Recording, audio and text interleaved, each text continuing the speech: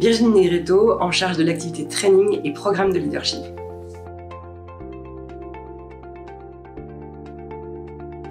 L'entreprise n'est pas seulement un espace de travail, c'est également un espace d'apprentissage. L'objectif du développement du leadership est de s'assurer que les leaders incarnent les valeurs prônées par l'entreprise et démontrent les compétences nécessaires à leur réussite et à celle de l'organisation. Concrètement, cela passe par quoi? Premièrement, par la traduction du référentiel de leadership en comportement attendu. Deuxièmement, par la prise de conscience individuelle de chacun, de son niveau de compétence, de ses points de force et de développement, et de sa capacité et sa volonté à évoluer. Pour certains, cela passera par une phase de déconstruction puis de construction d'une nouvelle compétence comportementale.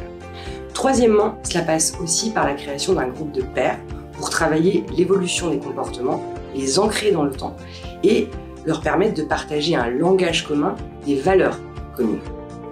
Enfin, la création d'un environnement apprenant participera également à la mise en mouvement individuelle et collective. Les dispositifs de développement du leadership véhiculent donc le déploiement de la culture du leadership et permettent d'équiper de façon robuste les managers et les leaders.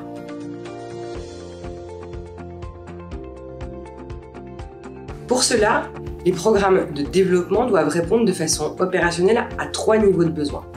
Aux besoins des nouvelles organisations de travail hybrides, aux besoins business de l'entreprise, c'est-à-dire professionnaliser les leaders afin d'avoir le bon niveau de compétence au poste stratégique, et enfin aux besoins d'évolution de chaque leader en adéquation avec son potentiel et son plan de progrès.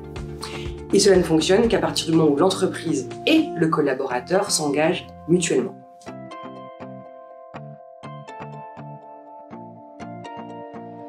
Comme on ne travaillera plus de la même manière, on ne se formera plus de la même manière. Le tout présentiel est révolu.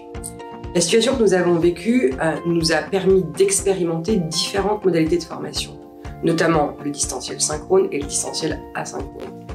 La première modification, c'est qu'aujourd'hui, nous pouvons affirmer qu'il est tout à fait possible de se former à distance.